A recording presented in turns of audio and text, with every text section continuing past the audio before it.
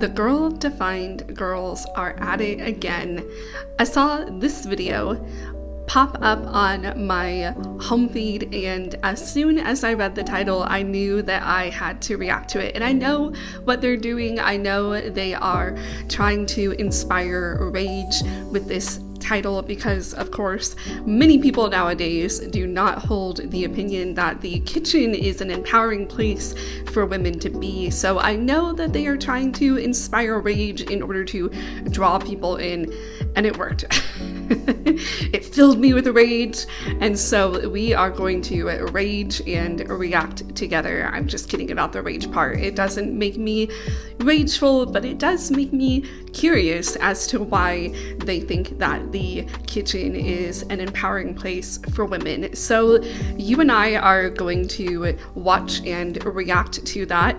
Fair warning, it'll probably be a bit of a long video because this is like a 40-minute video of theirs that I'm reacting to. I am going to speed it up, but it'll probably still be a long video regardless. So you might want to grab a coffee or a drink or a snack. I have my very basic latte here to help fuel me through this long video. But before I dive in, I want to introduce myself to those of you who may not have seen my face on YouTube before. My name is Nicole, and I make content from a progressive Christian point of view. I'm just your average, everyday, middle-of-the-road Christian. I'm not like a hardcore, fundamentalist, traditional Christian like the girl-defined girls are, but I'm also not, deconstructing or losing my religion. I'm somewhere in the middle. I still love the church very much. I'm still very much a Christian, but I am concerned with how Christianity is portrayed by my more traditional brothers and sisters in Christ. So I just wanted to kind of add my 2 cents into this conversation and check in on the girl-defined girls because it's been a while since I've checked in on them. And a quick intro for them as well, if you haven't seen their content before. Bethany and Kristen are sisters who created their Girl Defined channel on YouTube about 10 years ago, so they have been on the internet for a long, long time. And they make content, well, just kind of like the content that we're going to watch today. They make content encouraging a more traditional view of Christianity, a more traditional view of gender norms. They are very much into the whole trad wife thing. They are very conservative, both politically and religiously. So I thought it would be interesting to react to them since I'm a Christian as well, but I have a very different perspective than them on the topic of whether the kitchen is an empowering place for women or not. So anyway, let's go ahead and jump into our reaction. When I got married, I knew that I wanted to be the one who was doing the majority of cooking in my family. I just saw so much value in taking care of my home and being a homemaker and all of that. But I did not pride myself on being the best at that or having the best skills. But honestly, something that made it very easy, and this is huge shout out to my husband, Dave, because he's been extremely gracious in this area. But he came from a family where the cooking was pretty simple. And then he was a bachelor for several years. A bachelor, living on his own for several years. And his meals sometimes were just a big pile of sauteed ground beef. And that was great for him. No veggies, no veggies. No sides.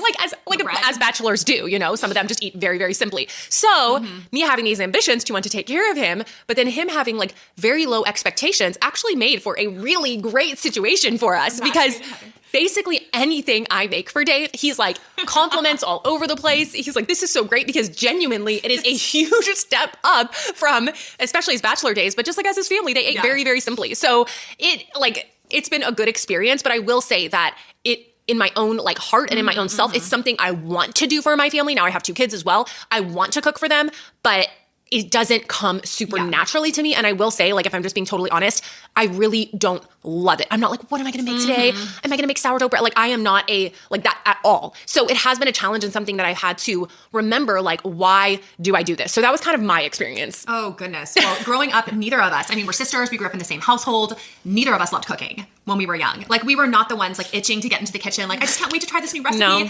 I don't honestly... So I love how just right out the gate, Bethany shares, I always knew that I wanted to be the one to do the majority of, the cooking when I became a wife and a mother. And to that, I want to say, you know, did you know that you wanted to do that, or were you told that you wanted to do that? Because again, Bethany and Kristen grew up in a branch of Christianity called fundamentalism, which, like I talked about in the intro, is a very conservative branch of Christianity that really, really values traditional gender roles. And so women are taught growing up to be a good wife and a good mother, you have to be the homemaker, right? You have to cook, you have to clean, you have to raise your children, and your husband is the breadwinner, your husband is the head of the household. You know, they grew up hearing that kind of talk. And so yeah, that just begs the question of like, did you want to grow up being a homemaker, or was that just the expectation put on you by your family and your church and your very conservative Christian community? And I love too that she even admitted, like, you know, it's not something I really enjoy, like it's not something I'm passionate about, but I do it because I know that I'm like expected to, basically, like it's my role. So the tea is already hot, y'all. Even the trad wives don't really like being trad wives, it seems. Like, I don't honestly think I cooked much at all until Zach and I were actually dating. And he would come over to the house. Do you remember that? After work. Yes. And he would swing by and I would make just like dinner for the two of us. Yeah. And that was my first time. Like, I remember that season of like, what am I going to make? I remember that. How do I do this? Like, we had our 8 kids in our family. So Yes, like our mom okay. would make huge meals. And even our mom will admit, she's not like, she doesn't enjoy cooking as like an enjoyable activity. And I don't know if we just inherited that from her. Our other sisters like it way more than us. I And know. like, they're really good at it. So like, yeah, our mom did it faithfully for many years, but yeah, she'll be the first to admit, like did love it. once the younger girls took over, she was like, hallelujah. Yeah, and that's okay. Like, we're gonna get into this, but if you're someone listening and you're like, oh, I love cooking. It's like my passion, recipes, you know, like we know people like that. Yeah. We're related to people like that. And there's just so much enjoyment. Like, that is wonderful and awesome. But then there are some of you who are more like us, where you're like, I don't really love it, but eating is an essential part of life. And I want to bless my family in this way. I want to serve my family in this way. And so I do it because of those reasons. Yeah. And I know for me, getting married, I will say honestly, like, I didn't realize how much time meal planning, grocery shopping, like on a budget, you're trying to do it all on a budget and you're trying to be somewhat creative, like not just make the same spaghetti every single night, you know, and like, but how do I do this on a budget? And I just remember it was way harder than I thought. It is hard. And I remember thinking like, why does everyone act like this is just such a normal part of everyday life? It's hard. This is taking me so much time. So yes, even from the beginning for me, I feel like I had to go through a big learning curve and something hilariously different about our backgrounds, not our backgrounds, but our husband's backgrounds. Very. Is that my husband grew up in a family where his mom loved cooking and loved the creativity of cooking and flavors and complicated recipes. Like, she just enjoyed it. And to this day, she still does. Pulls out every pot and pan. Yeah, I have learned so much about like hospitality and cooking, like from her, because she's just so passionate. So again, more tea. They back up even further and they're like, oh yeah, our mom will be the first to admit that she didn't love cooking either. And they go on and on about how it's stressful and time consuming, like grocery shopping and meal prepping and figuring out how to do it all on a budget. And I do think it's interesting that they are starting off this video by complaining so much about cooking and how they don't enjoy it and how even their mom doesn't enjoy it. So I'm kind of curious as to where they're going to go, since they've kind of started off with a very negative view of being in the kitchen. So I'm curious to see how they're going to pivot and turn it into a place of empowerment for women about it, and she does a beautiful job. Like, she loves making delicious, beautifully presented food for her family, and they all love it and appreciate that about her. But that's the background my husband came from. And so now here we are getting married, and I'm like, like, he's used to delicious sauteed fish and, you know, things that are all the sides that go with it, all the pairings. Yes, like every meal would have at least, you know, multiple sides with the bread, and it wasn't just like a meat and a veggie. Like, it was, you know, with the soup and... Okay, and another background that's very different is like my husband had not traveled extensively at all, and yours had. Yeah. So just even the cultural experiences and exposure to different meals and fine dining was very different. So the pressure was on. He, in fact, never put this pressure on me. I have to say that up front. Yeah. He was never like, oh, where's the 5th course? I mean, he never once, but I still felt, I just put it on myself. Like, this is what he's used to. I mean, his mom's this incredible woman. And she's like an amazing chef. And here I am, like, trying to like do my best, but I feel like I'm kind of scraping by. I'm just trying to figure out how to meal plan. And so I did put that pressure on myself. I think in unreasonable ways of like, it has to be so beautiful and so elaborate. And so the early days of cooking for me in marriage were stressful. Yeah. But something I wish if I could go back, I think I would have probably maybe spent a little more time in my single years giving thought to this. Really? Maybe. I don't know for sure because I don't enjoy it, so I didn't want to do it. Yeah. But like, I just think of if I had had a little more experience with just even understanding how to cook chicken well, or I think it could have been a great benefit to my husband in our meals. I don't know. But it wasn't, even to this day, it's still not something that I love doing. But just the fact that we've been married for almost 13 years, I've done it every day for a lot of time.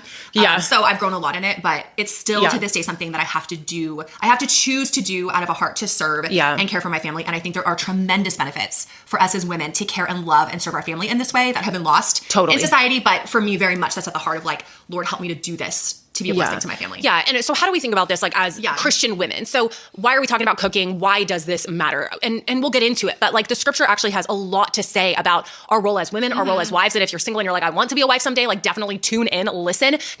So again, I still get the vibe that they have a negative view of being in the kitchen, both of them, because, you know, Kristen just went on and on and on about how her mother-in-law is this amazing cook and well-traveled, and so she knows how to incorporate like a lot of different flavors and a lot of different styles of cooking when she does cook dinner, and so she is able to come up with these like really elaborate, beautifully presented dinners for her family, and how Kristen feels like she's over here just scraping by when it even comes to just like meal planning. And so yeah, she still kind of has like a very negative attitude towards cooking. And even when she said like, it's, you know, something I have done for the last 13 years of our marriage, even though like it doesn't come easy to me, and even though I'm not as good at it as I want to be, like it's something I have done every single day in the 13 years of marriage.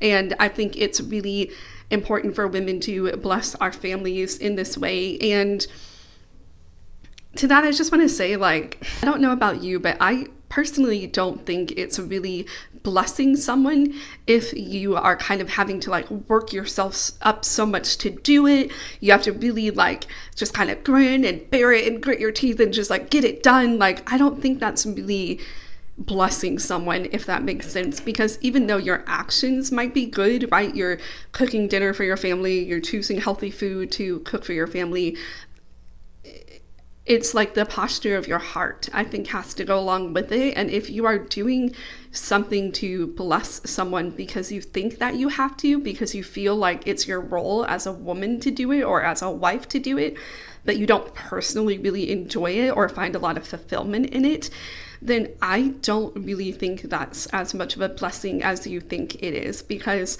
I think people can tell when others just really don't enjoy doing something or are struggling with doing something. And I think that can just make people feel uncomfortable and awkward knowing that someone is doing something for them, even though they're struggling and they don't really enjoy it. You know what I mean? Like, if I had a friend who was not a great cook, but they invited me over for a dinner party and they were like, hey, Nicole, I really want to cook for you, but like, I'm not that great of a cook and it actually really stresses me out to cook. And even the thought of meal planning like overwhelms me. I'd be like, well then girl, don't cook for me. Like, we can just order a takeaway, or we can go out to a restaurant, or I can cook for you. Like, you don't have to cook for me. We can do other things. Like, don't feel like you have to bless me in this way. We can just go do something else that is a blessing to both of us and that is fun for both of us. And so I think that if you're going to do something for someone, I wouldn't call it a blessing if you're dragging your feet, kicking and screaming to get it done. You know what I mean? I hope that makes sense. Because, for example, I really genuinely do love cooking, and I, similar to Kristen, have cooked every single meal for my husband in the 3 years that we have been married. Pretty much. I have cooked breakfast, lunch, and dinner for the past like 3 years that we have been married, and I love it. I genuinely love cooking. I put on like a YouTube video or a podcast, or I listen to music, and it's just kind of like my me time. I find it very meditative to like chop all the ingredients and saute things and look up new recipes and try new things out. And I just love food too, and I love to eat. So I just really find a lot of fulfillment and joy in cooking. I truly, truly do. And that's why I tell my husband all the time, like, you know, he'll ask me, he's like, are you getting tired of cooking for me all the time? Like, you cook every single meal. And I'm like, no, it's no heavy lift for me, because I actually truly enjoy it. And I know that blesses him in return, knowing that I am doing this for him truly from a place of like joy and fulfillment and peace, rather than like, oh, I'm going to try to bless you in this way because, you know, God says so, or my family told me that women have to bless their husbands in this way by being a homemaker and cooking every single meal. So I'm just going to grit my teeth and bear it, even though I don't really enjoy cooking, and even though I'm not really good at it, and even though just the thought of meal prepping stresses me out. Yeah. And so how do we think about this like as Christian women? So why are we talking about cooking? Why does this matter? And we'll get into it. But like the scripture actually has a lot to say about our role as women, our role as wives. And if you're single and you're like, I want to be a wife someday, like definitely tune in, listen, because you can learn a lot. But like the Bible does have some specifics about men and about women and how we can love our families well and live out his design for us well. I mean, obviously something that we know in culture is we are trying to blur these lines and become like as neutral. Like there are no rules. There are no differences. Everyone just be whatever you want to be, feel whatever you want to feel. It's all about just kind of like doing what you want to do. But as Christian women, we have a different standard, a different source, a different foundation that we live by. And that's the word of God. And you might be like, okay, cooking, how does that tie into this? Well, as we're going to see, the Bible has a lot to say about looking well to the way of your household, taking care of your family, taking care of your kids, focusing on loving them well, making them a priority. And you know, the facts of life, you gotta eat. You gotta eat if you wanna grow, if you wanna be healthy, if you wanna be able to have energy, you know, like food is that source. And so food is actually a hugely important part of our life. And there are so many other benefits that surround food that are apart from even eating that we're gonna get into. So if you're someone like me, someone like Kristen, and you're like, I don't enjoy cooking, I hope that by the end of this conversation, as a Christian woman, you'll see like, wow, the Bible actually has a lot to say about this. And this is something to get excited about, not something I'm just gonna have to endure or hope I marry a man who just loves to cook. I mean, you know, whatever, but which like, is okay too. Yeah, but just like, wow, there's actually a much bigger. You heard it here first, y'all. Food is important. Food is a necessity, a daily necessity, just in case you didn't know. The Girl Defined Girls crack the code. If you didn't know, food is very vital to your well-being as a human. I'm sorry, I'm trying not to be shady, but sometimes, you know, these funny Christians act like we're all brand new just because they're brand new. And it's like, girl, we know, okay? You know, I went to public school. I, you know, went to college. I took biology classes. I took environmental science classes. I took health and PE and all of those classes that teach you about food and how it's good for your body. So girl, I know I'm not brand new. We're not brand new. Again, it's just something interesting I've noticed with like these funny Christians is they'll explain these really obvious things as if it's like occurred to them for the first time. And I sadly think that's because it has, not in the case of like realizing that food is fuel. I mean, I'm sure obviously they have known that for a long time, hopefully. But I mean, like, for example, Bethany has admitted in another podcast that she didn't know what sex was until she was 20, or she knew what it was, but she didn't know how it worked until she was 20. And so I think it's interesting that then she tries to make a whole social media career out of like teaching other people how to have sex and how to embrace their sexuality as Christian women, when it's like, girl, you didn't know how sex worked until you were 20. So, and just the way she talks about sex and the things she says, like she makes a whole video where she's like, you don't have to ask anyone permission for like what you do in the bedroom with your husband. And it's like, yeah, girl, we all know, okay, we're not brand new. So anyway, just an interesting trend I've noticed with these funny Christians is they just explain really obvious things as if other people have not come to that, you know, conclusion before, or other people are not aware of that idea. And again, I love how they're like, this video is for you if, like me or like Kristen, you really struggle with the idea of making food for your family. And it's like, then why are you making this video then? Like, why are you two, of all people on the internet, making this video if both of you have self-admitted that you don't enjoy making food? Why are you then turning around and making a video called Why the Kitchen is an Empowering Place for Women? You know what I mean? It's just kind of back to the whole like sex thing. Like, why is someone who didn't know how sex worked until they were 20, then turning around and trying to make all of their content educating people about sex? Like, it just, the math isn't mathing, y'all. It doesn't make sense. But anyway, I want to continue because I'm curious as to, you know, Kristen's interjection right there at the end where she's like, oh, but if you did marry a husband that likes to cook, that's okay too. So let's learn more about that. It's like, wow, there's actually a much bigger gospel picture going on here surrounding food, surrounding hospitality, surrounding the dinner table, the breakfast table, whatever that looks like for you. And so I think you're going to be really inspired just as I have been. And these are the reasons both Kristen and I choose to make this a priority, even though it doesn't come super naturally. Right. Well, and I will say, like, it is okay if your husband also enjoys this. Like, my husband loves, I would say he actually loves cooking more than me. Like grilling Zach, and, but right. on the, grilling, mainly smoking meats. But even in the kitchen, like, he's super into cast irons. And like, That's I mean, true. you know, like his passion for cast iron and like the way he cleans them and prepares them and stores them and like the way he prepares meals on them and sautés meats and different things. Like, he loves making sauces. So I would say his interest in making complex food and like delicious food is even more of an interest for him than even for me. But I'm the one choosing for the good of our family to make it a priority because I'm the one home with the kids by choice. We homeschool. Yeah. I'm the one doing the meal planning and prepping. Zach will be involved in that in ways like, you know, he'll say, oh, hey babe, could we cook some ribs this weekend? Or, you know, he has ideas. I'm like, totally. So I'll get the meat, you know, he'll cook it for certain meals and it's awesome. But for the most part, I take the lead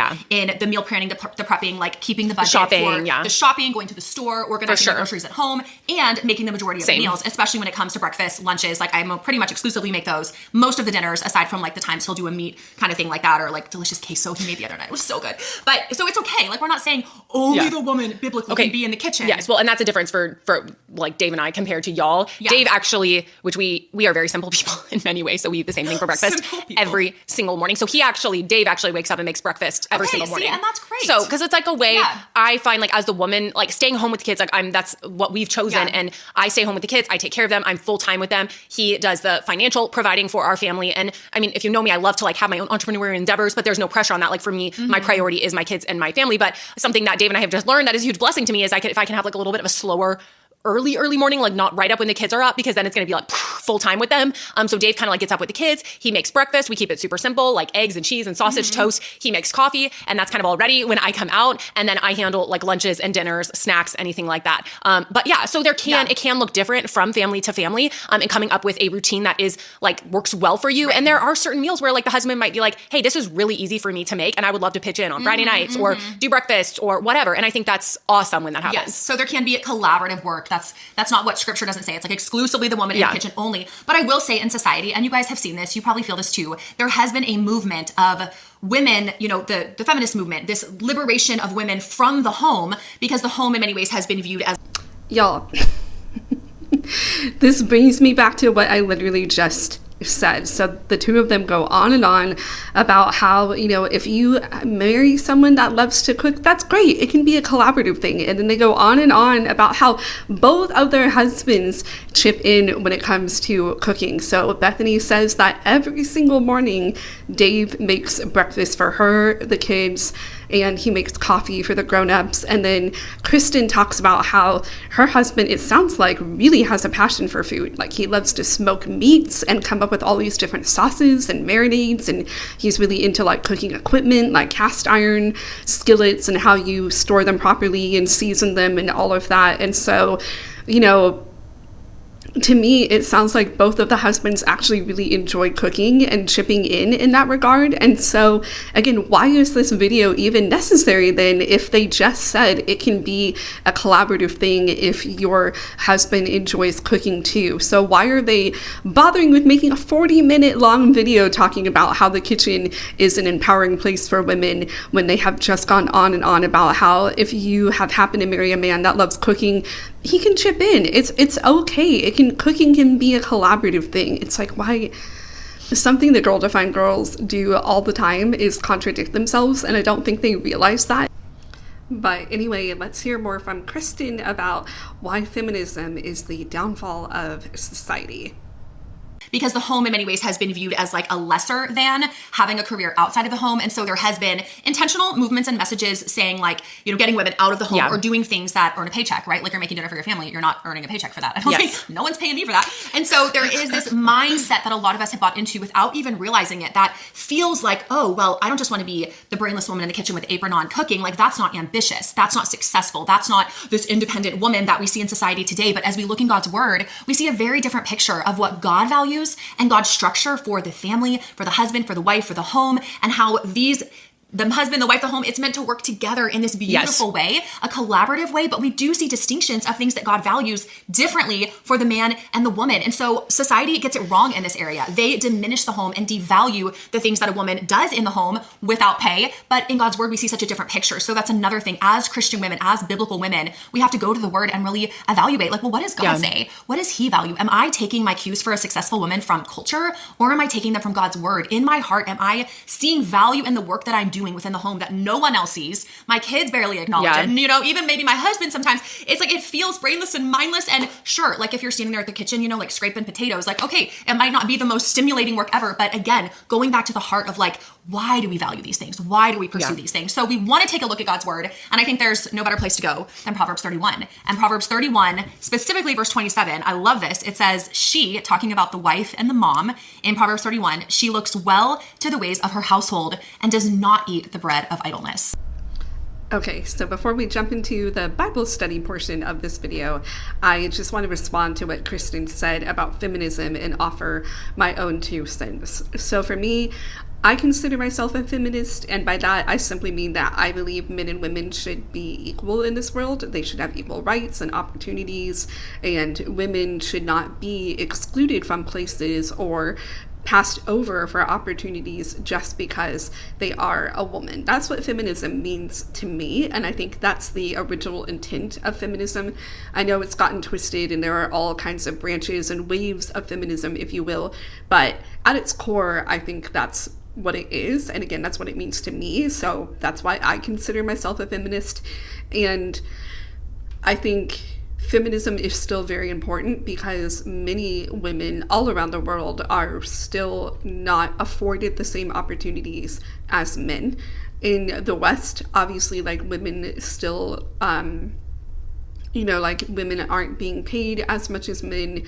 Women aren't always like given the same opportunities as men. You know, there are statistics that show that like if 2 resumes are submitted for a job and one applicant is a man and one applicant is a woman, the man is more likely to be chosen for that job because many companies don't want to have to offer maternity leave, or they don't want to have to be without an employee for, you know, 6, 8, 9 months, however long the maternity leave is. So most men are chosen for positions, especially, you know, leadership or managerial positions, because companies don't want to be without leaders for, you know, 6, 8, 9 months. You know, there are many statistics that show that there's still a wage discrepancy between men and women, that men are still paid higher on average than women are for the same types of work. So that is kind of what it looks like in the West, and there are many other versions of inequality between men and women in the West. And then in the East, especially in Middle Eastern countries, we definitely see a more extreme version of women being oppressed, women being basically treated as commodity or as property, women not allowed to do anything without a man supervising them or without a man being present. And so that is why I think feminism is still very, very important for today. And so I think Kristen kind of has that like old school view of feminism, where like feminism is just trying to make women feel like being a homemaker or a stay-at-home mom is, you know, worthless or unambitious. And I think feminism really exists, at least like back in the 1940s and 50s when, you know, it kind of started. I think it existed to show women that like, hey, you can strive for more. You don't have to be a homemaker. You don't have to be a stay-at-home mom. You can continue to strive for more, because throughout history, women have always been in positions of leadership. Women have been scientists, women have been engineers, women have been, you know, airplane pilots, women have been best-selling authors, women have been Nobel Peace Prize winners. Like, women have done all of those things for centuries. But again, feminism is important because it allows the space for women to do that freely without any kind of repercussion, like what existed back then, right? Women weren't allowed to read, women weren't allowed to attend university, women weren't allowed to vote, women weren't allowed to own property, women at least in the West, were limited in many, many different ways, even though they still strove to achieve the same things that men do, like being a leader or a politician or a scientist or a mathematician or a pilot. So I think this like old school idea that like feminism is trying to, liberate women and make them view being a stay-at-home mom as worthless or silly or unambitious is just an old school way of thinking, because I know plenty of stay-at-home moms that want to be a stay-at-home mom and they find joy in that kind of work. And I absolutely think that like if that's what you want to be, that's totally fine. That's the beauty of feminism, is that it affords women opportunities to be whatever they want to be. And if you want to be a stay-at-home mom or a homemaker, that's great, that's awesome. But if you want to be a scientist or an engineer or an astronaut or a mathematician as a woman, that's great too.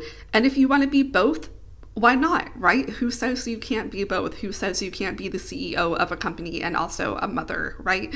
So anyway, I think that is just kind of an antiquated old school way of looking at feminism. But now let's get into the Bible study portion and see what they have to say about Proverbs 31.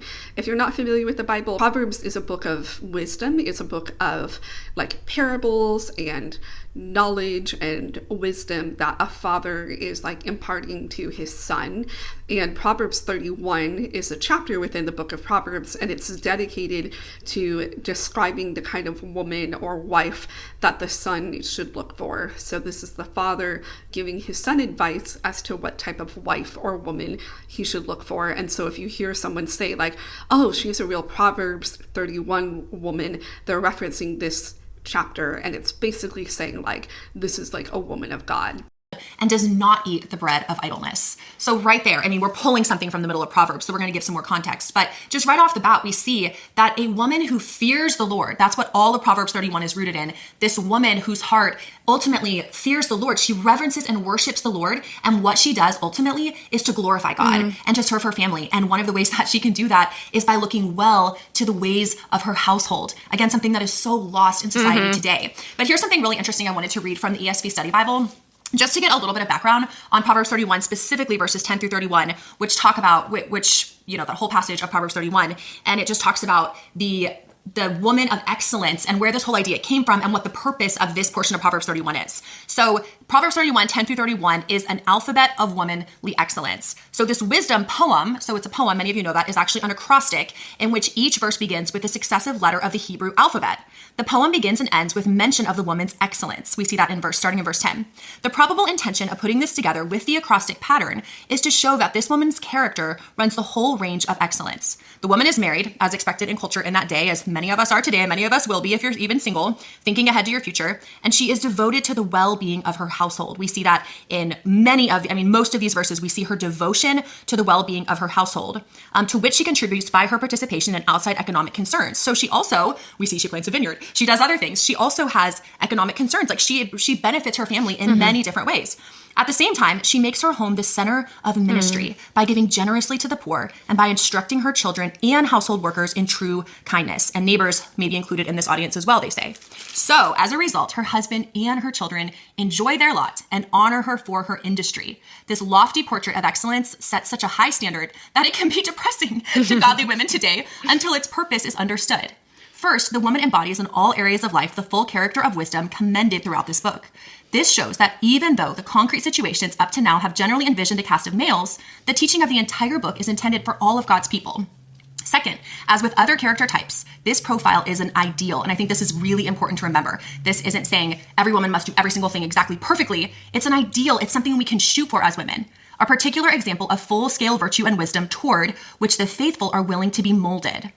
It is not expected that any one woman will look exactly like this in every respect. So just a little bit of background on Proverbs 31. I just find that so helpful because it's showing us in Proverbs 31 this picture of a woman who is pursuing excellence. She's pursuing ministry within her home as something of value and something of importance, something that is God honoring, something that is rooted in her fear of the Lord for the good of her family. And a small piece of that, she did a lot of things, but a small piece of that was the way that she cared for her family, preparing food, making food. And back then it was a lot harder than it was today. But we see that she looked well to the ways of her household. And that is something as modern Christian women, we can take some big cues from and go, wow, this is important to God. Yeah. And we were just discussing actually like right before this, the whole idea, because I was like, well, she had like a household. She had people that were helping her. So I actually learned something. I did not know that. I have my own study Bible. I need to like break that out, but like kudos to Kristen for breaking out a study Bible and diving a bit deeper and kind of providing that context. I definitely learned something that I didn't know.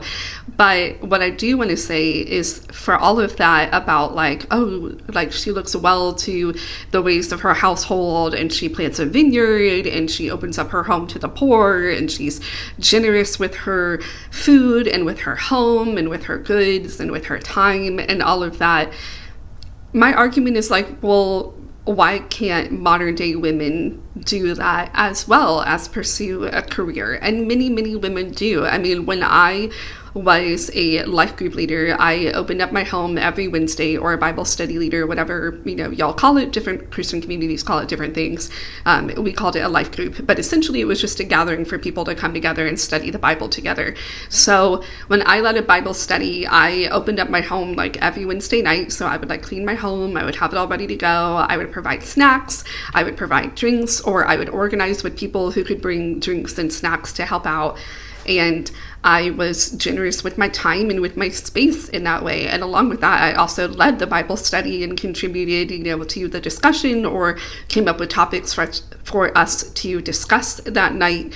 So I did all of that, but I was also working a full-time 9-to-5 job. So you can absolutely do both as a modern day woman. You can be generous with your home. You can be generous with your time. You can look well to the ways of your home. Like I said, I kept my home nice and neat and orderly, and I had blankets for people, and I had stacks for people, and I had candles lit to make it cozy and nice. And, you know, I had the temperature at a temperature that everyone was comfortable with. And so I looked well to the ways of my home, but I also still worked a 9-to-5 job. And I was generous and open with my home and with my time, but I still had a 9-to-5 job. So you can absolutely do both. So that's really the only point I wanted to add there.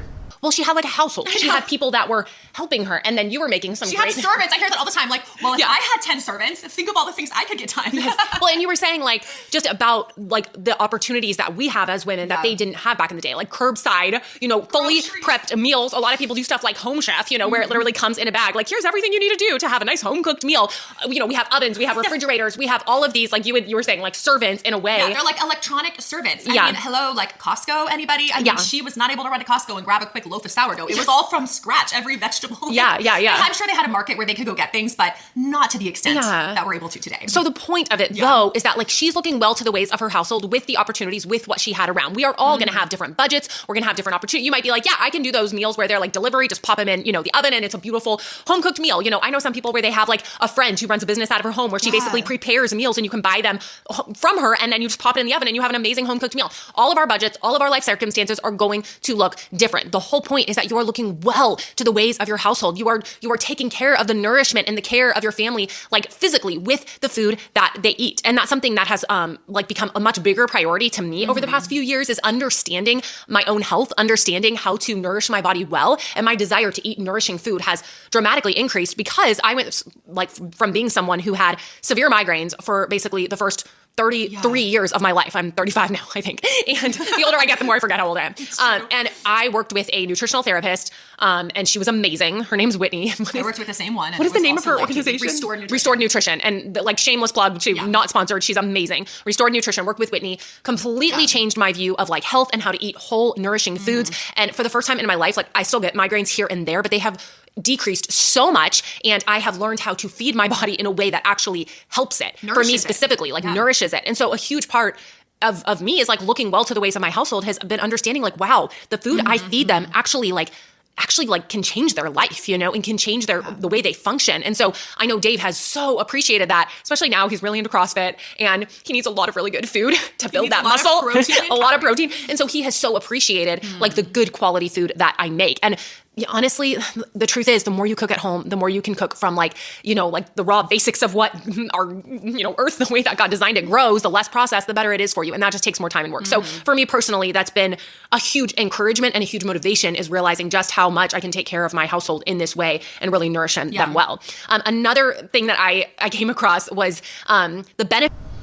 Okay, so that was kind of a random tangent they went on about like nutrition and feeding your family like whole foods and like food that, is satisfying and also, healthy and, non-GMO, like stuff like that. But again, it's like, why does that just have to be a woman's task? If the husband is interested in food and cooking and all of that, like it sounds like Kristen's husband is, and even Bethany's husband Dave is, now that he's doing CrossFit and working out more, which, usually kind of makes people pay a bit more attention to the food that they're eating.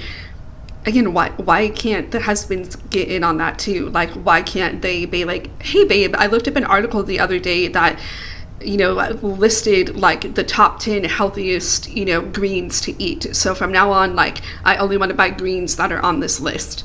Or, hey, I looked up like how, we need to better like wash and clean our produce before we eat it because of the fertilizers or the soil that it's grown in. So, why can't the husbands look up stuff like that and contribute to that conversation? Like, why does it only have to rest on the wife's shoulders? Especially if the men, again, are interested in that too, like it sounds like both of their husbands are. So the men can also look well to the ways of the home by finding, nutritious, healthy, whole foods for their family to eat. And, backing up even further, their husbands are also the father of their children. And so as the father, they should also care about the kind of food that their children is eating and consuming. And so again, why does that just have to rest on the woman or the mother's shoulders? I think as a father, again, you would want to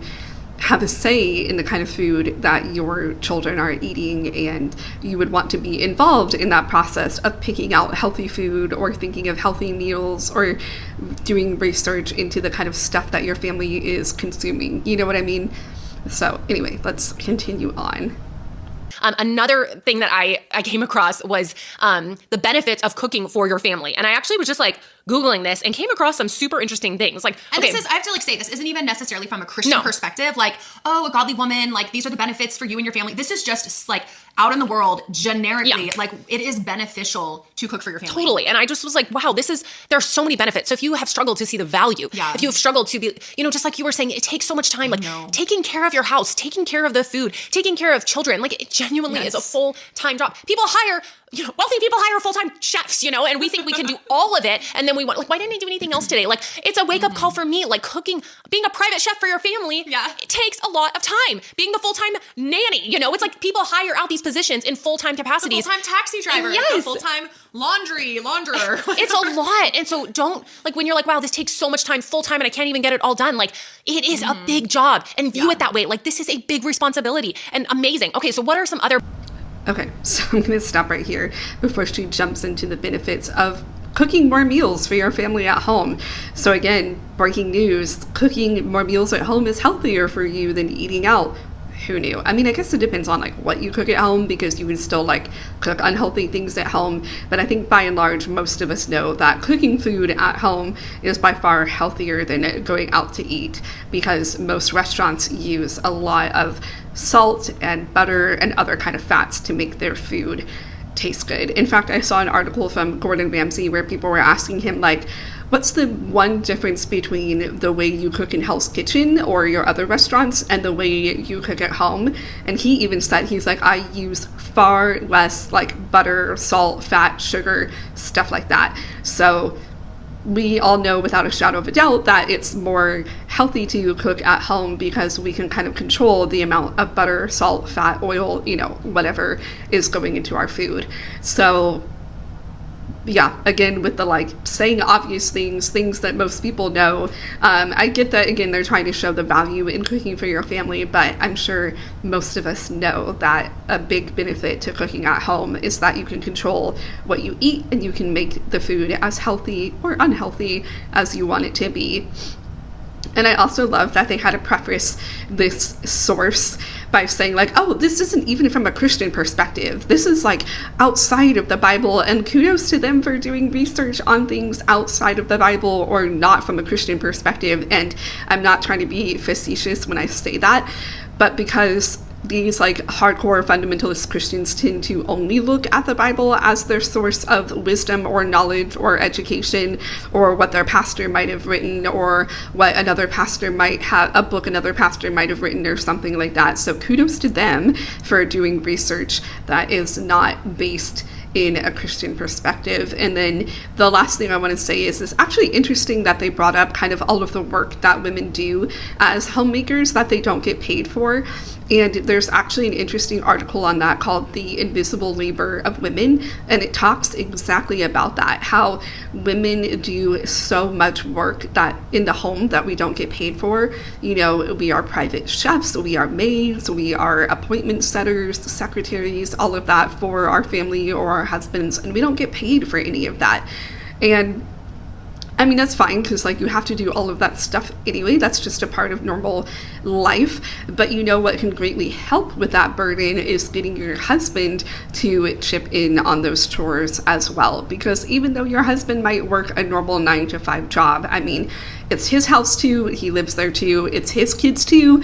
He can also help raise them. He can help with putting them to bed. He can help with, you know, bedtimes. He can help with bath time. He can help with other things. You know, I saw this like funny thing where it's like, oh, top 5 reasons why husbands should help their wives around the house. And like every single reason was like, it's your home too, it's your home too, you live here too, it's your home too, you know. And these are all things that men would be doing anyway if they lived alone, right? They would have to cook, they would have to clean, they would have to whatever. So they can still continue to do those things and help ease that burden around the house, even if they work a 9-to-5 job. And of course, I do believe that like, if you are not working and you are a homemaker or a stay-at-home mom or whatever, then yeah, you should do the majority of work around the house because you are the one home all day and you do have the time and energy to do those things. You know, I don't think it's fair to leave the house a mess all day and then expect your husband to come home and clean it up after he gets off of his 9-to-5. I don't think that's fair. But after, you know, he has decompressed a bit and y'all have had dinner, can he help with other things around the house, like putting a load of laundry in the washer or taking the trash out to the curb or getting the kids ready for bed? Yeah, absolutely. Anyway, let's continue on with what other sources they have for us about why we should cook at home and find the value in it. Just to encourage you of cooking for your family and looking well to the way of your household in this way. Like I already said, you can eat healthier food. That is just the raw facts of it. If you can shop and you know, buy those foods, especially if you can even get them like local from like local farms and things like that, which I love, you can eat healthier food. Cooking encourages learning, not only for you, but your kids as they participate and as they work with you, they literally can learn more about like where food comes from, how to take care of their bodies, all of that. It creates healthier meal times. Absolutely. Cooking, if you do it together with your kids, it can strengthen family bonds. So it's literally a time where you can come together and bond as a family. You can save money, absolutely, as compared to like eating out and stuff. And if you get really creative and meal prep, you can absolutely save money. For sure. It is going to, again, another one that I keep seeing is the family bonding over the meal times. As you work together to literally nourish your bodies and the stuff that you're cooking, it helps your children also appreciate where their food comes from when they are a part of the process. And I know that can be hard when you're like, I could do this so much faster if you were not here. But it really, they love it. For your kids, if you let them and include them in that, it improves their motor skills. Like, come on, you're giving, you know, them schooling while you're making the food. You can learn life lessons through cooking. Cooking expands creativity. It's mathematics with all of the budgeting. I mean, it goes on and on and on. So just even from a general worldly perspective, the benefits of cooking and then inviting family members to do it with you are endless. And that's not by accident. Like God created us with an appetite. He created us with this need to eat, to enjoy foods, all of the flavors and different herbs and just everything. It's beautiful. And so I think the more we value it and the more we understand the benefit of it, I think the more as biblical women, we will say this is worth the time. And that's honestly why we created the Biblical Womanhood Boot Camp. It's an entire private group of women who are passionate about understanding God's design for them as biblical women and learning to appreciate and value. Okay, so again, I don't know about you, but that whole list she read off was so obvious to me, like the benefits of cooking at home. Like, all of that was obvious. Like, yes, it is healthier. Yes, it is often cheaper. Yes, it allows you to be creative. Yes, it allows you to bond with your children or your husband or whoever you cook with. Like, again, all of that is really obvious to me. And again, maybe this is because I actually enjoy cooking and these two have said that they don't, but I have always seen the value and the worth in cooking at home. So I don't know. I mean, again, it could just be the way that we were raised, because I grew up like watching my mom cook and helping her in the kitchen and stuff like that. So maybe it was just like a difference in how we were raised, because it sounds like their mom didn't really enjoy cooking either. So maybe she didn't instill like the value of cooking at home or the joy of cooking at home in them. But yeah, is it just me? I mean, let me know if it's just me. Like, I genuinely want to know, because I'm trying not to be shady here, but all of those things were just incredibly obvious to me. But let me know if maybe you learned something new by that list, because I didn't, not with that. But yeah, and then I love that they got to plug, their whole boot camp and stuff like that. If you know anything about these sisters, they are always trying to make a buck. They are always out here grifting and coming up with 1,000 different products that you can buy, like journals and programs and ebooks and boot camps that you can join for a fee and everything like that. So I'm not surprised that they're taking a break here to kind of plug their, what did they call it? Like their biblical woman boot camp. But yeah, let's hear more about that. An entire private group of women who are passionate about understanding God's design for them as biblical women and learning to appreciate and value looking well to the ways of their households. So if you're someone, you're like, yes, I want to better understand how to live out biblical womanhood. I want to be a part of a community of women who are on fire for figuring out how to do this well, who can support each other and say, the laundry's out of control, but I want to love my family well. I want to look well to the ways of my household. Then join us in the Biblical Womanhood Boot Camp. It's an exclusive community through Girl Defined that we want to invite you to be a part of. You can go to girldefined.com/bootcamp, and I think you're going to find a lot of encouragement there. So quick story, when we first adopted our boys from Ukraine, which has now been over 3 years, it's crazy. We just celebrated a couple days ago our 3-year anniversary as a family. So we call it Clark Day and we make it super special, just celebrating the adoption. But early on, my boys, they had never had experience with cooking or being in the kitchen, because where they came from, that just wasn't a part of what they were able to do.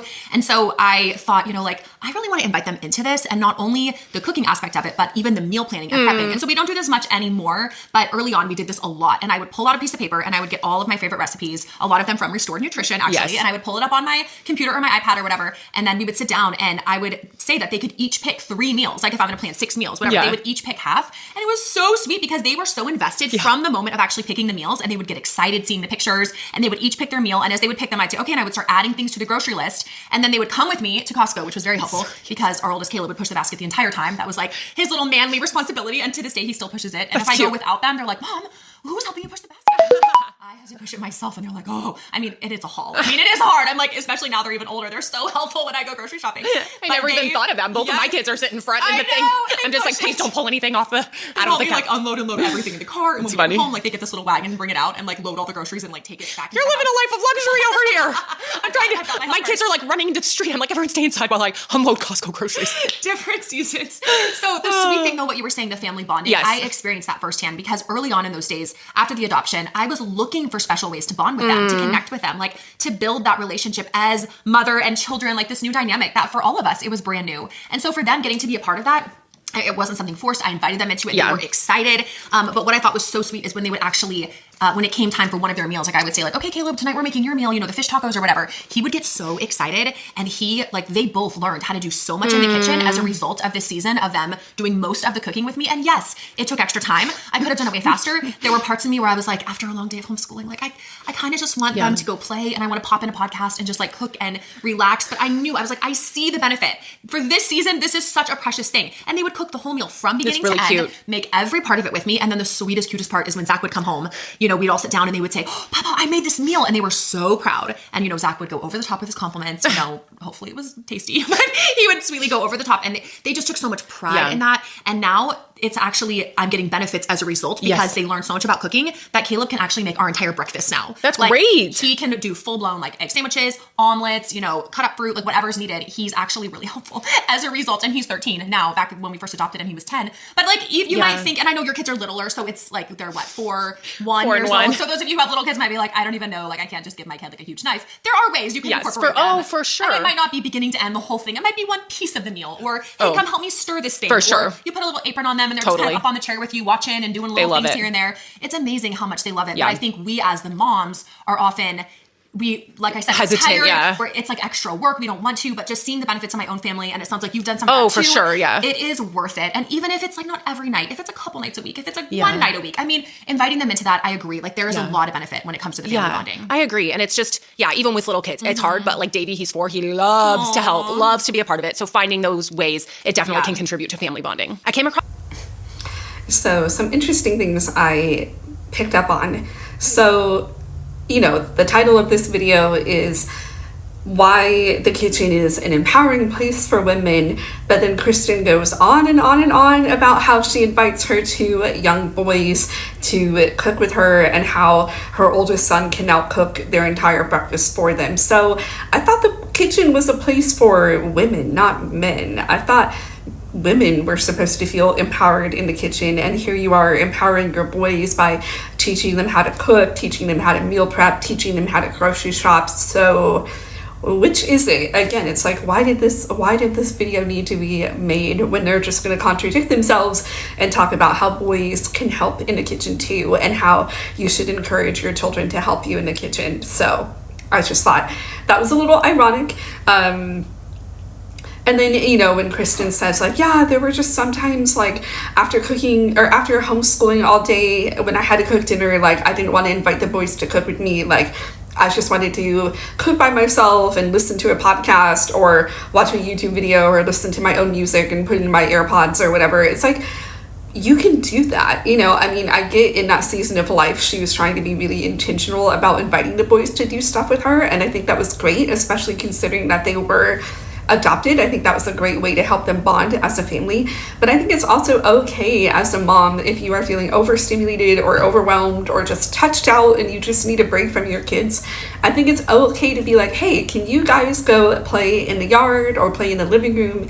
And, you know, mom is going to cook dinner by herself today. And even if you like promised them that you were going to cook together, you can, you know, still just save that for another day, right? You can just be like, hey, mom actually just kind of wants some me time, so I'm just going to cook dinner today by myself. I know I said we would cook it together, but we can cook breakfast together tomorrow, or maybe we can cook dessert together tonight, you know, because I think it's so important for stay-at-home moms to still cultivate their own hobbies and their own interests. And especially if you're not getting like a lot of adult time, if you want to listen to a podcast where adults are talking about adult things, I think you should do that to, you know, continue to educate yourself as a woman and as a human, you know, to continue to have that enrichment and that mental stimulation that you need as an adult. And if you want to listen to your own music, if you're tired of listening to like the Bluey theme song or like the Paw Patrol theme song and you just want to listen to your own music, I think that's okay too. I mean, if I had to listen to kids' music all day, I would like want to pull my hair out. So I think it's important as a stay-at-home mom to kind of cultivate like your inner world, as psychologists call it, you know, your inner world where you have your own thoughts, your own interests, your own imagination, your own, you know, just kind of private time. And so yeah, again, I get that her purpose in that season was to, you know, draw her family closer together through cooking, and I think that's great. But I just also wanted to add in that reminder that like if you just want some space away from your kids and you don't want to cook every single meal with them, that's okay too. That's totally fine.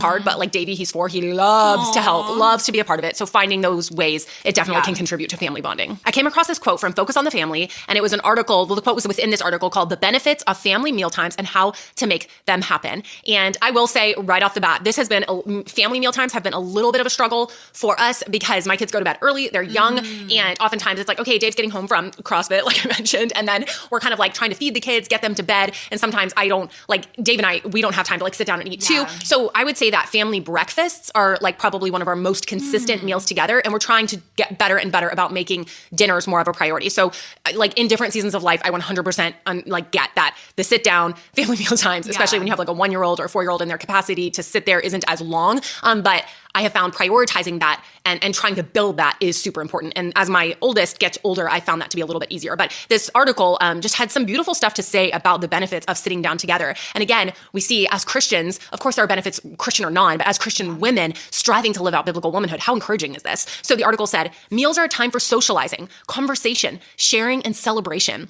Family meals can be powerful events in the lives of both children and adults. They can and should be an occasion for sharing the day's events, decompressing, commiserating, and encouraging one another. They're a time to laugh, learn how to speak and listen politely, instill values, establish one's identity as a member of the family, welcome guests, and acknowledge God's provision on a day-to-day basis. I mean, that is packed with the beauty of family meal times. Yeah. And here's the deal. Like, there are so many benefits to sitting down together, whether it's a breakfast, whether it's a dinner, just finding a time during the day where you can sit down together as a family and share around the dinner table. All of these benefits of laughing together, kids learning from their parents, hosting people, having that hospitality. It's so incredibly beautiful. And especially when you have, people over, just think about it. It's like, it's always around a meal when you go out, like with, another couple, or you're going out with your friends, like a whole singles group. We're always like, what are we going to eat? Where are we going to go? There's something so beautiful. And so like God designed about the meal and that really bringing people together. Some of the best conversations of my life have been around like a meal and a discussion. And, even when the kids go to bed and Dave and I have a meal after they're already in bed, those are some times where we're having like the most amazing discussions. I mean, Dave and I have even said like, okay, if we're going to have like a hard conversation or something, like, let's go out to dinner, let's enjoy a good meal, and then let's discuss it after. It's like a good meal can just completely like change everything. Attitudes and emotions do a lot better when you're fully satisfied. So I just want to encourage you as you are. So again, maybe it's just me, but all of that she read in the article about the benefits of having family mealtime was really obvious. I mean, is it just me? Let me know if y'all learned anything, because I just think that was all like really obvious, I mean, having a meal together is like the most communal thing that humans do. So of course it's an important way to connect. And yeah, I mean, I think there's also something to be said about giving yourself grace for whatever season you're in. I mean, if your kids are 1 and 4, like Bethany's kids are, of course, like family mealtime is going to look different. Like maybe the kids eat first and then y'all put them to bed, and then you and your husband actually sit down and have dinner later. Because if you're putting your kids to bed at like 7 o'clock, y'all may not be ready to eat yet, or whenever kids that young go to bed, I don't know, 6. But yeah, so you may not be ready to have dinner then. So I think you need to give yourself grace for whatever your season of life that you're in. And I don't think you also need to put yourself under this pressure that like you need to have every meal together as a family, because sometimes that's just not feasible or practical depending on how everyone's schedule is. I mean, the only meal my husband and I have together is dinner, and I think that's how it is for most adults that work outside the home. I think Dave might work in the home. He does have like a 9-to-5 job, I think, but I think he works in the home, so it might be easier for them as a family to have more meals together. But yeah, if dinner is the only meal you guys can have together as a family, I don't think you need to put yourself under pressure to try to have every meal together. And again, like if it looks different in one season because your kids are younger and they need to go to bed earlier and y'all aren't ready for dinner by the time they're having dinner, I think it's okay to have them have dinner first, because dinner for kids that young is like super short too, right? Like they just kind of pick at their food and then they're ready for bed.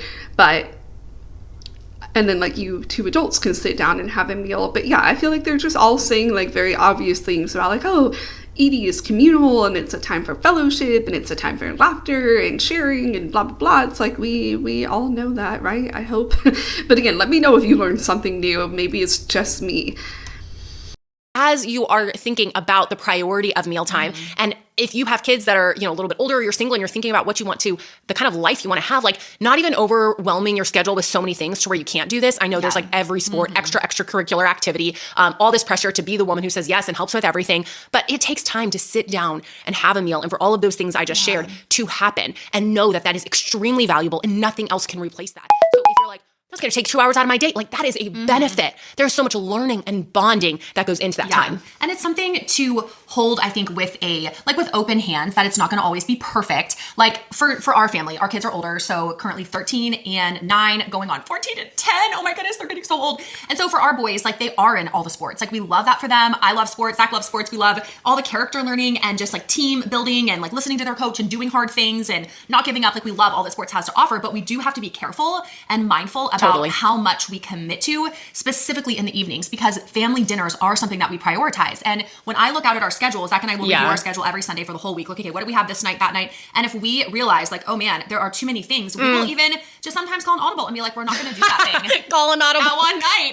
And that just happened this past week. There was something that I could have been a part of, but we had something more nights than normal. And that was going to keep us from being together as, having family dinners. And so we just decided like, that's got to go. It's a great thing, but this week it's got to go. And you just have to make those calls. I totally agree with that. So we don't have a family dinner every single night. But I would say the majority, maybe a couple nights we don't because there's like a late night sports practice or our kids do the Awana program. So we do an early dinner with them and then Zach and I go off and that's our date night, which has worked out really great. If we have small group on one night with our church, we'll do a quicker family dinner right before we go, just with Zach getting home from work. So it's not like it's these perfect 2-hour sit downs every time, but we prioritize it and we strive for it. And we all sit down, we have family dinner together. Our boys actually love, and they're old enough where they can really appreciate this, those little question boxes. Yes, I love table topics. Table topics, they love doing that. If I pull out the table topics, they are so engaged in the conversation and they just find it so fun talking about all these random things. And then another thing that we incorporate into our family dinners when we all sit down together that we were struggling to kind of figure out like when do we get this in is doing a family devotional together. Our mornings are a little bit different than yours. We don't really sit down and have a full family breakfast. Like that hardly ever happens just with the homeschool schedule and Zach's work. And so dinners are more what we focus on in our season of life. But we started incorporating Zach leading just a really short Bible study at the end of the meal. We have one son who's a very slow eater. So as we're all sitting there finished and he's still eating, we wait until he's done, but we're like, let's fill that time with something valuable. That's good. Instead of all just staring at him for like 20 minutes while he finishes. So Zach will pull out this really fun like kids devotional that we got and he'll just like lead us in a devotional and the boys love it. And so it adds even more value and like family bonding and relational connection at our meal times. And again, it's something we don't do every single night, but we strive to prioritize it, and we have seen this be a huge value in our family. Another thing on top of that would be like the whole hospitality aspect of that and including your kids with that. Or if you are... Yeah, so I do like what Kristen said about how, you don't have to have this every night. You can, just kind of take a look at your weekly schedule and see how you can, fit that in. But if it doesn't happen every single night, it's, not the end of the world because it's understandable that between everyone's different schedules, sometimes family dinner just doesn't happen. So I do like that she kind of added that in because it was back to what I was saying about giving yourself grace if, family dinners don't happen a lot in whatever season of life you're in. And I love too that she talked about like prioritizing that and how, if they notice they're not having a lot of time together as a family, they'll kind of push some things off for another week or they'll say no to certain things. I think that's just really important too, even as a couple, like maybe you don't have kids like me and my husband, or even as a single person. I think it is important to sometimes take a look at your week and maybe realize that you're kind of overburdening yourself with a lot of things. Maybe you've said yes to too many things. And I think it's okay to kind of then push some things off your plate. And if you're a couple, prioritize time together. If you're single, prioritize your me time and your self-care time or whatever refreshes you, right? Hang out with friends.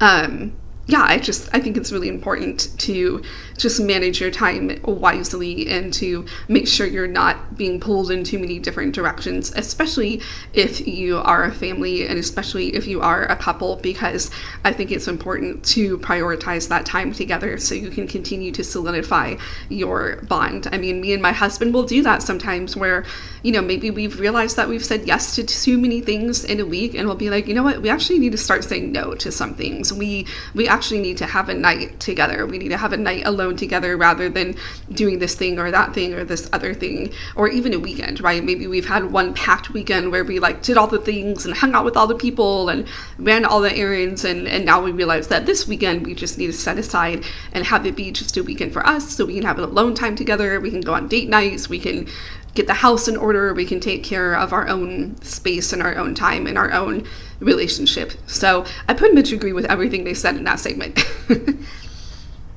Including your kids with, or if you are single or if you are married without kids, no matter the size of your apartment, no matter the size of your house, showing hospitality in simple ways.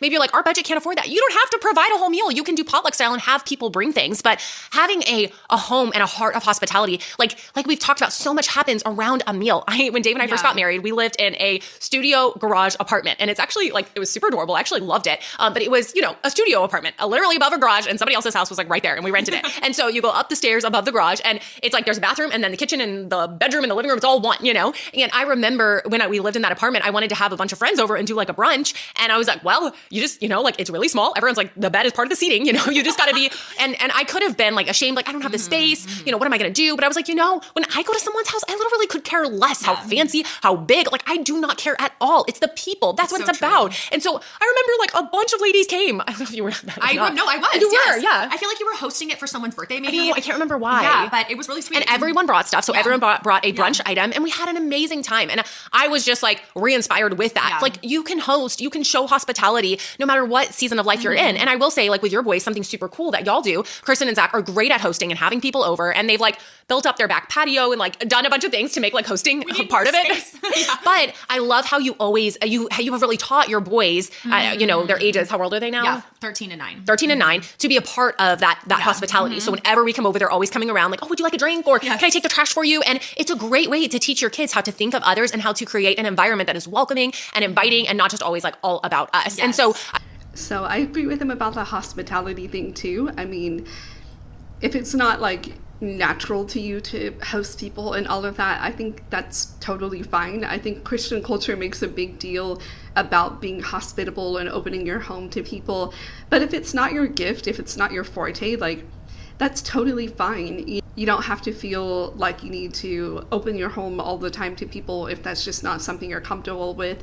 But I do think it's important, Bethany said at the very end, to expand your social circle and go to potlucks and go to parties and go to brunches and go to things that you're invited to, so that you expand yourself and you're not so always focused on yourself, right? It's important to go and interact with other people so that you can have a different perspective on life, so that you can commune with people, so that you can share one another's burdens and joys and struggles. I mean, that's all obvious to you, right? That's all what life is all about. We know that. Now I'm the one saying obvious things.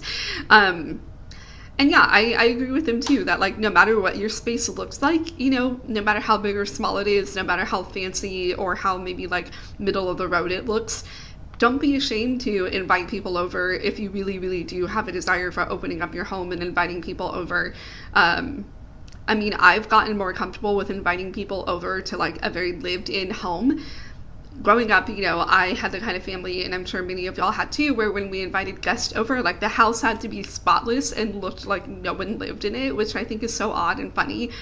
And so now, I'll invite people over, and the dishes will be in the sink, and the rooms, my office here where I film is cluttered and stuff like that.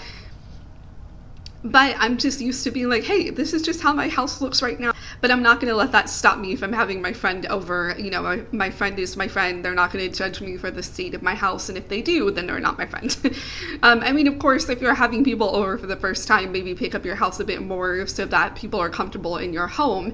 But once you're comfortable with someone or a group of people, don't feel embarrassed about the state of your home, and don't let that keep you from having people over. Don't be embarrassed about the size of your home. Because again, the people that really love you and are around you shouldn't care about those things, and you shouldn't let that hold you back from hosting if you really, really do have the desire to host people and open up your home to people. So I totally agree with them on those points. But again, I think it's funny that, Bethany mentioned about Kristen's boys and how they're really good hosts and they're really hospitable, and they'll go around and pick up trash, or they'll go around and ask people if they can clear their plate for them. And again, it's I thought this was about the woman doing those things. I thought this was about women being hospitable, and here we are focusing on teaching your sons to be hospitable and good hosts. You know what I mean? So it's wait, which is it? Who needs to learn this lesson? Is it for men or is it for women? I mean, I would argue both, but they set up the premise of this video that it's all empowering for women to learn these things, to be good hosts, to be good homemakers, to be good cooks and everything like that. So who is this message for? But anyway, we got about like 5 minutes left, so let's just knock this out and speed run until the end. I love that even at a young age, through hospitality, you can teach your kids to be thoughtful of others. There is so much more we could say around mealtime. I know. There is so much. I didn't even realize we had so much. So much to talk about. You mentioned, okay, one last thing for the single woman specifically. You mentioned like if you live in a small place, but even for the single woman who you're like, this conversation feels so irrelevant to me. Like I'm not sitting down having like family dinners or, you know, like family devotionals. Like it's just me. I'm living in an apartment by myself or with one other roommate. Like how does this even make sense for me? But it still does, because even though Proverbs 31, yes, it is geared toward the excellent wife who's a married woman, obviously with children, and her looking well to the ways of her household. These are habits and practices that God wants us to start leaning toward and applying even in our singleness. And I remember back in the day, some friends, examples of women who were single, living in an apartment, either by themselves or with a roommate, very intentionally also practice this. Yes. This, like the value of inviting people into your home and gathering around meals to build relationships, to build friendships, to encourage one another. Just like you did in your early married days in your apartment, it is something you as a single woman can put into practice and start doing now. And just imagine how much easier that transition will be if you already have this mindset of like nourishing foods for your body, like valuing meal prep and planning and cooking, inviting people into your home to enjoy that with you. Imagine the transition into marriage one day, if that's what God has for you. And then if he has children for you one day, like your mindset will already be so much more in tune with God's heart and what he values. Than if you were just like, I don't even care about that. I'll think about that one day when I'm married. Well, and I wanted to point out, I'm trying to find, her handle. We said some of our sisters really love this, you know, and like naturally have a passion for it. So our younger sister, Rebecca, who has been married like a year or so, she actually runs an Instagram account called, it was called The Well-Nourished Woman for a long time. And she helps women like in all of these areas super practically. So if you're like, I need a young woman who I can get inspired by, Rebecca is a great example. Her Instagram handle is at the Rebecca Gill. So I just think since neither of our Instagram accounts are going to be like, we're not really like that influencery type, but our sister Rebecca does a great job of that and is super intentional to show you, like she's on a tight budget and she shows you how to like eat very nourishing meals on a budget. So I think for single or married, going and following at the Rebecca Gill would be a good find. Okay guys, come hang out with us over on Instagram at Girl Defined, where we're going to be talking about all things cooking, meal planning, prepping. Like ask your questions, leave your thoughts. If there's something that you have found really valuable within your home, within your family, in your singleness, and how you are putting this into practice, come share it with us. If you're like, I've got more questions than I came into this conversation with and I need some answers, come hang out with us and ask those questions too. We would love to continue this conversation because it matters. Looking well to the ways of our household, whether we're single, married, have kids or don't, it matters to God because it is a way we can serve others, a way we can glorify him, a way we can cultivate relationships, we can pursue hospitality. There's just so much beauty packed into this. So it is something absolutely that we should care about as women, that we should value. It's a testimony for the gospel as well of us as women pursuing faithfulness and excellence in this area, not perfection. You know, last night we had to grab Chick-fil-A because I actually forgot to meal plan for that night and we had nothing. And Zach's like, just grab Chick-fil-A. And it's okay. There are those nights. It's not perfection, but it's desiring to grow in this, to be faithful to the Lord, to serve your family. And it's going to look a little different for each one of us, but it is something beautiful that we should all be prioritizing. Okay, we love you guys. Come join us next week for another episode of The Girl Defined Show. Okay, so just my final thoughts on those last like 5 minutes. Overall, like my takeaway from this is kind of again what I said at the very beginning. I don't really understand why this video was made because again, they didn't really focus a lot on like women being in the kitchen. They talked a lot about their boys and their husbands and all of that and how it can be a collaborative thing and how, you know, the boys will help Kristen meal plan and Dave will help Bethany make breakfast and Kristen's husband will help her like smoke meats and come up with sauces and meal plan for the meals that he wants to make too. So they didn't really hone in on like just how it's a woman's job, and they also didn't really hone in on how it's empowering to women. They talked a lot about the benefits, right? How it benefits your family, how it benefits your husband, how it benefits your community, blah blah blah, but they didn't talk about how it empowers women. Like I didn't leave that conversation feeling empowered as a woman. I mean, I guess they were trying to do that with talking about like why it matters and why it's important, but I think empowering someone is more than that. It's not just telling them that what they do is important or matters. I think empowering is also showing someone like that they can take ownership of things and that they have authority and that they are equipped to do anything that they kind of set their mind to. I think that's what empowerment is to me anyway. And they didn't really talk about how, you know, being a good wife or mother is empowering to you as a woman. They talked more about, again, how it benefits your husband to be a good wife and to cook and all of that. It benefits your children to have family dinner and feed them nourishing food. And it benefits your community to be hospitable and open up your home and throw brunches and bridal showers and blah, blah, blah. But again, it's like that's all for the benefit of others. That's not really empowering for you. And of course, like for most people, when you cook, you are doing it to benefit and bless others. Like if you're a wife or a mother, right, you're doing it to benefit others or bless others, but you're also doing it for your own nourishment and your own satisfaction. I mean, my husband and I joke about the fact that like the reason why I cook is not because my husband can't cook, not because he doesn't want to cook, not because he isn't interested in that, but I just happen to be the better cook. You know, I'm just better at it. And so, you know, the reason why I cook is, yes, for his benefit and for his good, but also for my benefit and my satisfaction too, because I want to eat good food. I like the food that I make. And, you know, no offense to my husband, but again, of the two of us, I think that I'm the better cook. I'm the one that's more creative with ingredients, and I'm the one that kind of looks up different new recipes and stuff like that, because again, I truly, truly enjoy it. And so it empowers me as a woman to nurture myself with good, satisfying food that I know that I enjoy. So I think they could have landed a bit more on why it's empowering to you as a woman and not just like how it benefits other people. And yes, as a Christian, obviously, of course, I believe that we are here to be a blessing to others. We're here to love and serve others.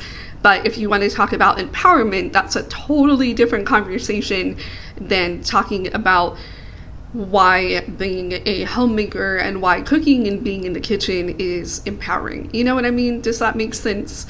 And I think like the last thing, this is kind of a totally different topic, but it honestly confuses me as to why they kind of keep making this kind of content, because it obviously just isn't performing well and it isn't resonating with our audience well. So the Girl Defined Girls, their account on YouTube has like 160,000 subscribers, so that's a good amount of people. However, this video that's like almost 2 weeks old only has 2.1k views. That's not a lot at all, especially considering the high amount of subscribers that they have. So it shows that like not only is this content not resonating with other people that might have just stumbled across it, like maybe it was recommended to them in YouTube on their YouTube home feed or whatever, but it's also not resonating with their intended audience, because you would think that more people would tune in and listen to this kind of content.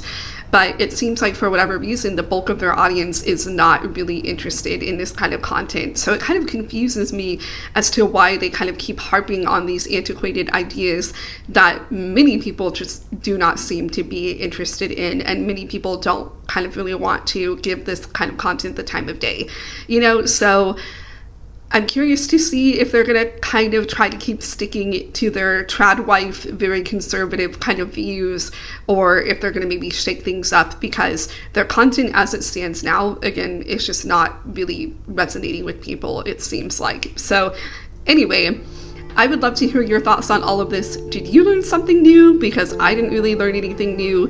Did you feel empowered as a woman by this kind of content if you are a woman? And if you're a dude, let me know what you think about this too. I'm always so curious what men think about this whole like trad wife kind of thing that's taking over social media. You know, are men all about that? Are men like, yes, we want women to go back into the kitchen and we want it to be like the 1950s? Or are men like, what the heck are women doing? Like, we're fine if women want to cook or not cook. We're fine if women want to be stay-at-home wives or not stay-at-home wives. Like, we're not really bothered by things one way or the other. So if you're a dude, I definitely want to hear from you, because I'm always so interested to hear what men think about this kind of content, because I feel like I usually only hear women talking about going back into the kitchen and being, you know, a stay-at-home wife, and I don't necessarily hear that from men. Maybe because most of y'all are smart and you knew that if you made this kind of content as a man, you would totally come across as like a misogynist. So maybe that's why I don't really hear a lot of men talk about it, because y'all are smart and you know your head would get chewed off if you if you make this kind of content. But anyway, let's continue our conversation down in the comments below, and don't forget to subscribe and follow and do all of the boring influencer things. I'll see y'all in the comments. Bye y'all.